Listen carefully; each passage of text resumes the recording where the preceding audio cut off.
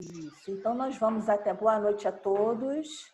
Boa noite. Nós vamos de 9 a 9h30, todos os dias, tá? Nós estaremos fazendo com duplas, para estar dinamizando um pouco, né? Para que a gente possa estar ouvindo outros companheiros também.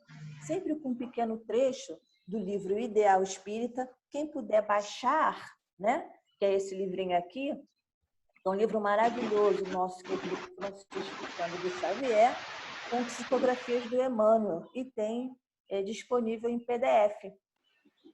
E aí, paralelo, a gente vai estar sempre fazendo um trechinho do Evangelho nessas meia hora, para a gente poder se fortalecer nesse período aí de desafios coletivos que nós estamos vivendo. Então, o Carlos está aí, não está? Carlos Violão? Tá. Estão me ouvindo? Né? Aí, o que vai acontecer nessa noite, nessas meia hora? Carlos faz uma musiquinha, né? Porque soldado no quartel, que é trabalho, né, Carlos? Depois, a Fátima faz a leitura do livro, faz a prece, a leitura do livro, faz o comentário, eu faço um trechinho do Evangelho e sempre que tiver alguém da área da música, abre e fecha com uma música para nos harmonizar. O que vocês acham? Muito tá legal? bom. Ótimo. Então, tá bom. Então, eu vou pedir... Então, eu peço a vocês, sempre que nesse horário, a gente já vai se antecipando para poder, no horário de 9 horas, como o tempinho é bem reduzido, para a gente aproveitar o máximo possível esses momentos que tem como objetivo a gente se fortalecer, né? Unidos nesse momento tão desafiador que todos nós estamos experimentando e novo também. Tá bom? Então, eu vou pedir o nosso companheiro Carlos, passo a palavra para ele poder fazer a música. Tá liberado, Carlos. Tô.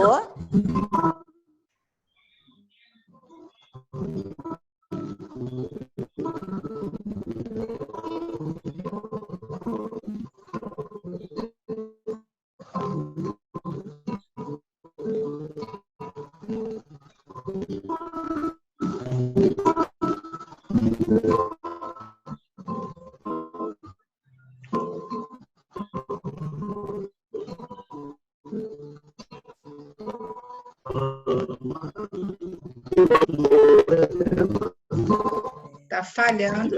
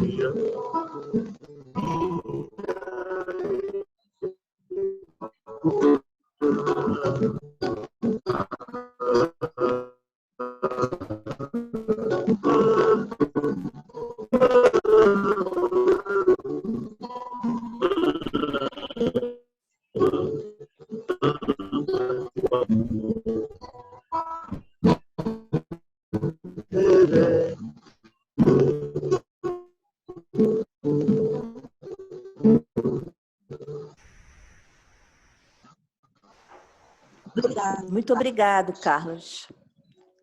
Eu gostaria, então, meus companheiros, da gente estar atento, né? Que nesse momento a Fátima vai fazer a página de preparo e a prece para iniciarmos as reflexões da noite. Fátima Bonafina. Boa noite a todos. Muito obrigado pela oportunidade. Hoje a página de preparo é Cura e Caridade. Cada vez que nos reportamos aos serviços da cura, é justo pensar nos enfermos que transcendem o quadro da diagnose comum. Enxameiam aflitos por toda parte, aguardando medicação. Há os que cambaleiam de fome a esmolarem doses de alimentação adequada. Há os que tremem desnudos, requisitando a internação em roupa conveniente. Há os que caem desalentados, a esperarem pela injeção do bom ânimo. Há os que se arrojaram aos tormentos da culpa, rogando tranquilizante do esquecimento. Há os que se conturbam nas trevas da obsessão, a pedirem palavras de luz por dragas de amor. Há os que choram de saudade nos aposentos do coração. Há os que foram mentalmente mutilados por desenganos terríveis, a suspirarem por recursos de apoio. E há ainda aqueles outros que se envenenaram de egoísmo e frieza, desespero e ignorância, exigindo a terapêutica incessante da desculpa incondicional. Ajuda, sim, aos doentes do corpo, mas não despreze aos doentes da alma, que caminham na terra, aparentemente robustos, carregando enfermidades manifestas, que consomem o pensamento e desfiguram a vida. Todos podemos ser instrumentos do bem, uns para com os outros. Não esperes que o companheiro se acame prostrado ou febril para estender-lhe esperança e remédio. Auxilia-o, hoje mesmo, sem humilhar ou ferir, de vez que a verdadeira caridade, tanto quanto possível, é tratamento indolor da necessidade humana. Os emissários do Cristo curam os nossos males em divino silêncio. Diante dos outros, procedamos nós igualmente assim. Emmanuel, do livro Ideal Espírita, psicografia de Francisco Cândido Xavier. Então, aqui Emmanuel vem falando da cura e da caridade. A cura e a caridade, que a gente conhece muito bem o significado das palavras, né? Mas que a gente ainda não pratica na sua totalidade. Né? O que praticamos é muito, muito pouco. E nós temos exemplo vivo dessa prática por esses amigos espirituais, que nos recebem de braços abertos, conhecendo muito bem cada um de nós. Mas assim mesmo, eles nos socorrem.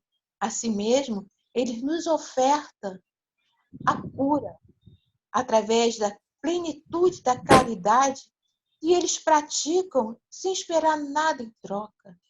A única coisa que eles nos pedem é porque a gente estuda, que a gente evolua, que a gente possa entender o significado daquilo que a gente está recebendo e poder retribuir, né? Uma vez eu escutei que tudo aquilo que a gente... Foi até no Cefac mesmo. Tudo aquilo que a gente aprende é para multiplicar, porque senão isso se torna um lodo. Então, que a gente possa, né, aprender diariamente com esses amigos espirituais o verdadeiro sentido da caridade, porque todos nós podemos praticar a caridade, seja através de uma prece a um irmão, seja através de uma palavra amiga, através de um sorriso, através de um toque de mão. Mas podemos praticar a caridade. Agradeço, Senhor Jesus, Senhor Deus, Irmão João, muito obrigado pela oportunidade de estarmos reunidos, apesar de estarmos distantes fisicamente, mas estamos reunidos em coração, estamos reunidos em espírito, em nome de Jesus. Por mais um estudo, Senhor, que se dará início.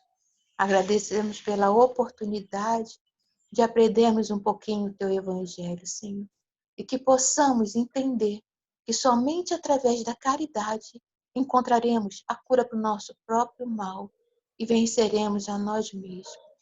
Muito obrigada, Senhor. Graças a Deus.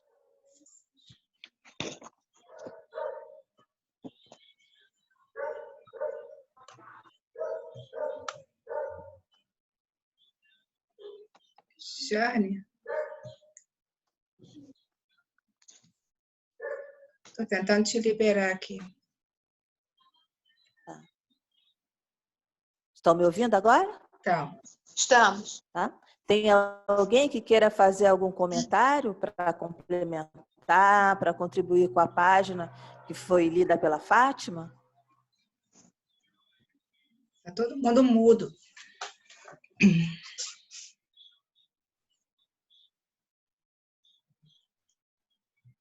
Nossa Senhora, sou médico, todos estão aí. Carlos, Luiz, Jorge Alexandre, quer falar alguma coisa? Jane, não sei se eu quero falar alguma coisa agora, não. Aprendizado, né? O momento que a gente está vivendo é um momento de somente isso, aprendizado, né? Fomos obrigados a nos retrair nos nossos lares, para dentro das nossas famílias de novo, para dentro da gente de novo, provavelmente com o intuito de aprender, né? E ter uma oportunidade de evoluir com essa. Se não queríamos fazer isso por vontade própria, estamos sendo obrigados a fazer, né? Com certeza, com certeza. Tem mais alguém que queira falar algo? Ainda dá tempo de mais um. Ok. A gente fala que a caridade começa em casa. Então, esse momento é justamente o momento para a gente exercitar essa caridade. Porque é muito fácil hoje, né? A gente, eu faço quentinho, eu levo quentinha na rua, eu dou uma esmola, né? E a caridade com aqueles que, na verdade, estão aqui, as pessoas que nós temos maior comprometimento, né? Então, é o momento realmente da gente voltar o nosso olhar para a nossa família, entender e tentar nos ajustarmos com aqueles que nos devem e aqueles a qual nós devemos também. Esse é o momento. Muito obrigada. E aí, contribuindo, né, estendendo a informação, porque Emmanuel fala sobre a cura, fala sobre a caridade, e normalmente nessas questões ligadas à saúde, seja ela física ou espiritual, porque normalmente a gente corre quando a gente está com a enfermidade física, né? Dificilmente a gente vai correr quando a gente está com enfermidade espiritual, até porque a gente dificilmente consegue identificar. E aí eu separei para a gente poder, durante esse período do culto, né, durante esse tempo que a gente vai ficar distante fisicamente, o capítulo 5 do Evangelho, que fala sobre as aflições. E se a gente conseguir, né, trabalhar o nosso raciocínio em torno, né, dessa proposta trazida pela espiritualidade, aqui na justiça das aflições, a gente vai ver que está tudo organizado dentro da lei de Deus, tudo estruturado. Como a gente veio falando no estudo anterior, eu vou soltar um pouquinho aqui o microfone, que me incomoda ficar segurando o tempo todo. Quando ele fala para a gente, está no cabimento, né? Só que muitas vezes, como também fala aqui no Evangelho, a nossa dificuldade no tocante, a nossa rebeldia enquanto espíritos, faz com que a gente muitas vezes agrave esse processo. E aí eu refletindo, antes de entrar aqui no Evangelho, eu refleti nesse processo que a gente está vivendo, a dificuldade que o poder público tem de conscientizar as pessoas no tocante às regras, né? Não pode. E o quanto é desafiador para a gente entender que limites são necessários dentro do processo de educação do ser espiritual que somos. E o brasileiro, nesse momento, como tantos outros companheiros do mundo afora, né, tem essa dificuldade dessa escuta, tem essa dificuldade dessa limitação no sentido de se autoproteger e olhar a proteção daquele que se encontra à sua volta. E aí, quando a gente vê, nesse momento, a dificuldade que é orquestrar todas essas mentes, todos esses pensamentos, a gente vê o desafio que é da espiritualidade tratar de seres como a gente, vocês concordam? Porque a nossa resistência às transformações, a qualquer tipo de mudança, ela é muito difícil ainda. E aí a gente começou a ver, por pequenas limitações no trânsito físico, não poder ir à rua, não poder ir aqui, não poder ir ali, o quanto isso está trazendo dentro da gente, sim. E, claro, a gente está em contato com os nossos entes queridos, observando as nossas limitações também, observando as nossas dificuldades e as dele também, e o quanto a gente precisa crescer junto nessas aflições.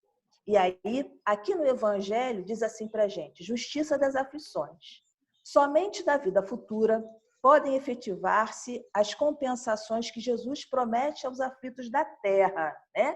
Então, ele coloca para a gente que a terra não é céu de brigadeiro, que as aflições vão ser experimentadas, mas que nós teremos sempre apoio e consolo para passarmos diante das aflições. Mas muitas vezes é assim que a gente procede? Quando a gente vive as aflições? Quem me ajuda? É assim que a gente vive na hora da aflição? Não. A gente entra em desespero como estamos entrando nesse momento.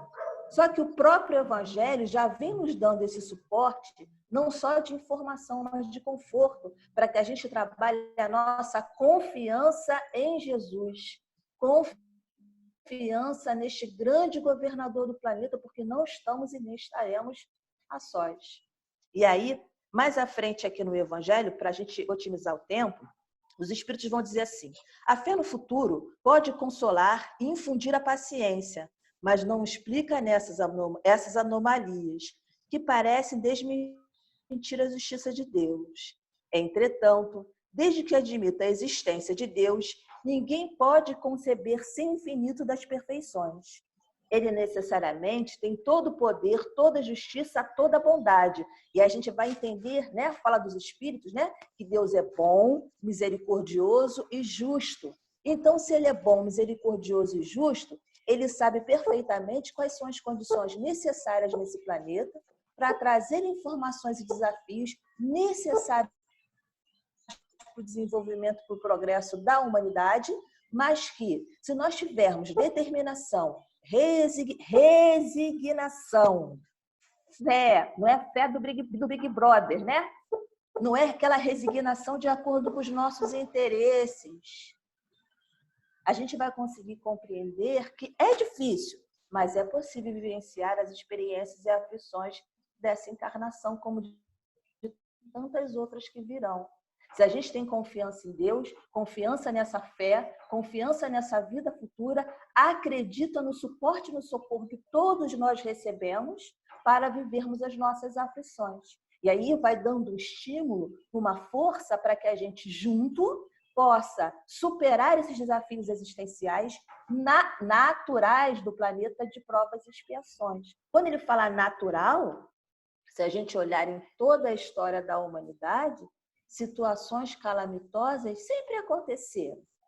E como diz a fala do Chico, tudo passa, não é isso? Se a gente sabe que vai passar, por que é que a gente entra em desespero?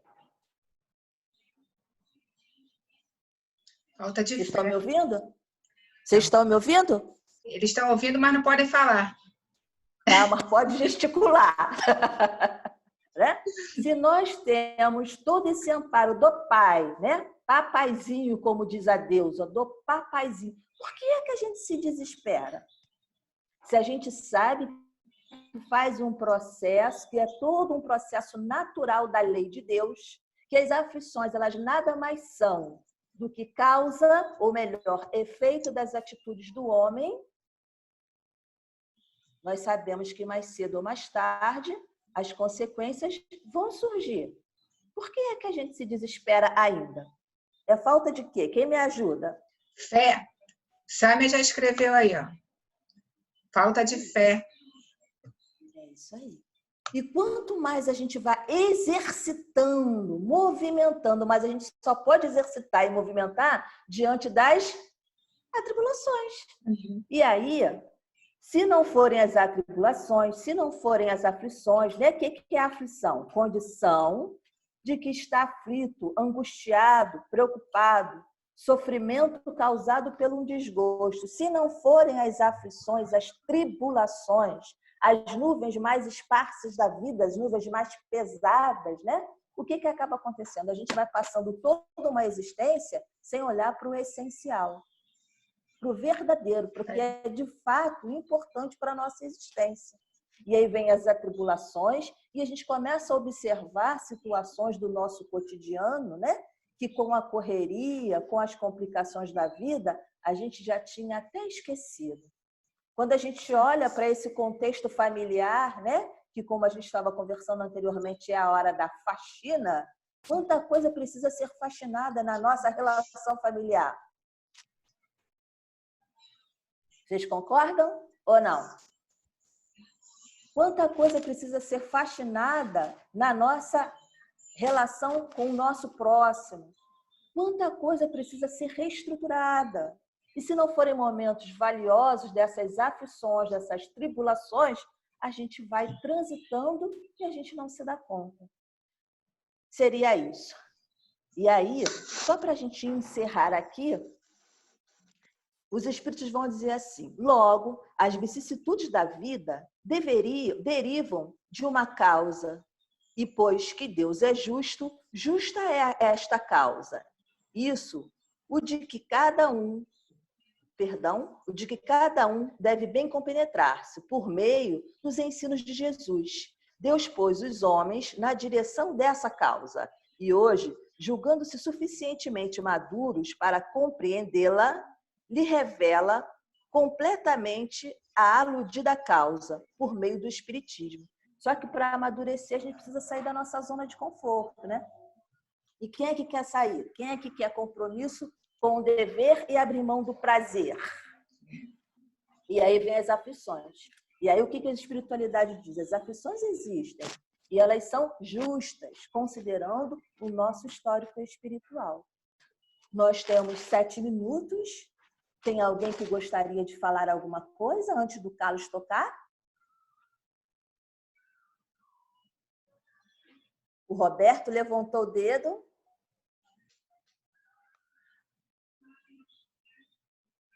Roberto, Adriana. Roberto vai falar, Adriana. Oi, estão me ouvindo? Sim, senhor. Certo. Oi. É porque eu estou aqui com dificuldade aqui no áudio, mas eu estou entendendo. Eu quero dizer o seguinte, é incrível, né, como é que em poucos dias eu percebo que muitos amigos que talvez não gostassem do trabalho, achassem uma coisa assim, um sacrifício muito grande, né, a pessoa trabalhar.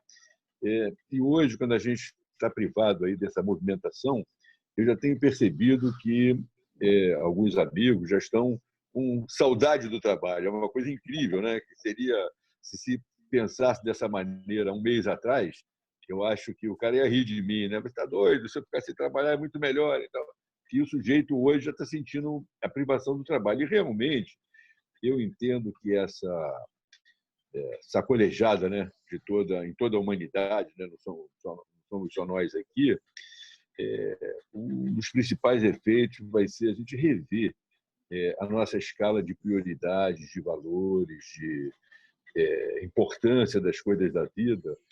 E realmente eu entendo que nós temos aqui na Terra, né, forças antagônicas, né, que atuam, né, de forma veemente, tanto as forças trevosas quanto as forças da luz, né, de Deus, os trabalhadores do bem, né? E eu percebo que os trabalhadores do bem, eles deixaram, vamos dizer, os trevosos, de certa forma, criar essa situação e dela nós vamos emergir numa situação espiritual totalmente diferente, totalmente melhor. Nós estamos aqui revendo valores, estamos fazendo reflexões, estamos percebendo, né, como coisas simples da vida são importantes. Por exemplo, a pessoa fala assim, pô, tem que ir no mercado, é muito chato ir no mercado. Então, hoje, a pessoa começa a perceber que coisas simples, que normalmente a pessoa só talvez percebesse igual se estivesse doente numa cama. A pessoa está, vamos dizer, impossibilitada de se movimentar, a pessoa fala, puxa, seria tão bom eu acordar de manhã, me levantar, poder fazer as minhas coisas, ir para o meu trabalho, depois de poder fazer as atividades que eu preciso fazer. E, às vezes, a pessoa normalmente não dá valor a isso. Acha quase que uma rotina pesada. E hoje, com essa experiência, né, que nós estamos passando, eu percebo que as pessoas já estão sentindo de uma forma diferente. Mas, como você falou no início, sem essa saculejada forte, não aconteceria isso. Talvez a gente passasse a encarnação toda sem fazer essa reflexão. Ou exatamente aquele caso, né, quando o pessoal fala, até que eu estava pensando aqui, da eutanásia. Não deve fazer, porque o sujeito, naquele final de vida, né, naquela situação de tolhimento total em termos materiais, ele faz uma reflexão. Evidentemente, nós não estamos naquele desespero daquele final de linha, mas isso nos possibilita fazer uma reflexão da mesma forma que aquela pessoa que está naquela fase terminal, vamos dizer assim. Isso aí, certamente, é muito bom para todos nós. Sim. Nós agradecemos ao Roberto, né? As boas ligações das palavras. Para mim. Muito obrigada. Vou pedir ao Carlos, né, para nos ajudar. Olha aqui, eu acho que a Adriana tirou o som teu, porque está sem som aqui. Tá. Nós agradecemos. Todos me ouvem? Tá. Posso, Adriana? Tá liberado. A gente agradece as considerações do Roberto, né? Esse convite que a espiritualidade, que o universo está fazendo para a gente sair do nosso estado de sono, né? O quanto nós estamos adormecidos para muita coisa, apesar de nos acharmos despertos, acordados demais, mas a gente percebe o quanto a gente está adormecido. E aí eu peço ao Carlos, então, para nos ajudar, para fazermos o encerramento. Passou rapidinho, né? Para fazermos o encerramento, porque só faltam 2 minutos para completarmos o horário e fazermos a prece. Estou tentando tirar o mudo. Já tirei.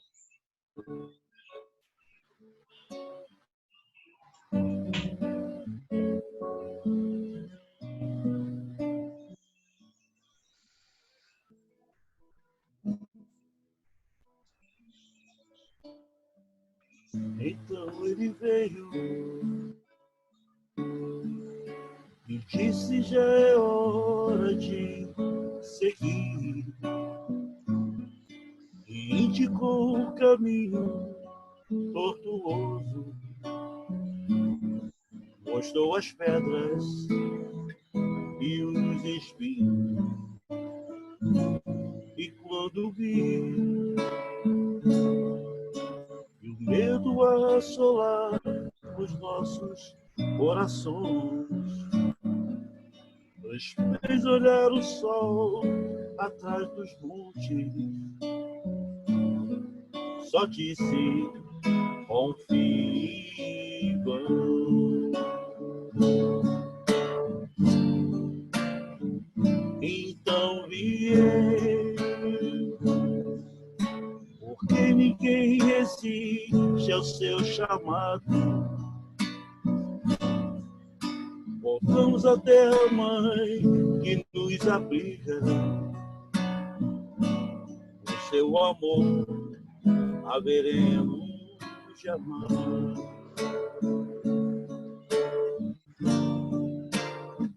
E ao final da luta, ele haverá de estar nos esperando, e erguerá a voz ao Pai no hino. Então dirá: estes teus filhos enfim em paz.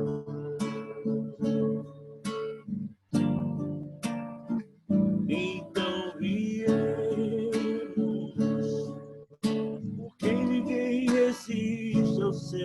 chamado.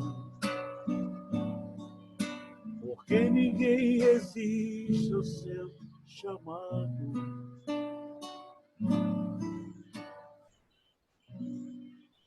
Obrigado, Carlos. Fátima, você faz a prece?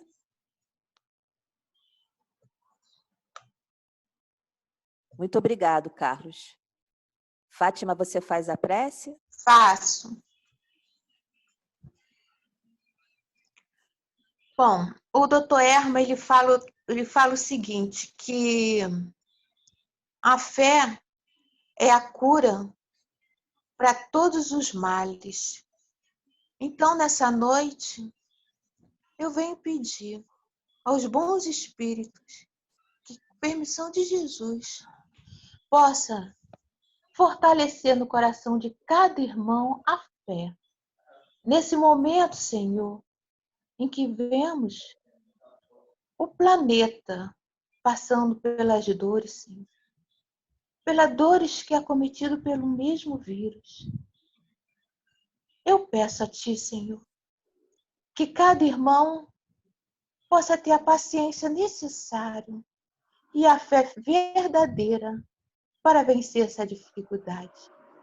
Que possamos nos unirmos em Teu nome, Jesus, agradecendo pela oportunidade e fortalecendo a nossa fé, para que tudo isso, Senhor, tudo isso, quando passar, tenhamos aprendido o verdadeiro sentido do Teu Evangelho e dos ensinamentos que esses amigos espirituais estão sempre nos trazendo.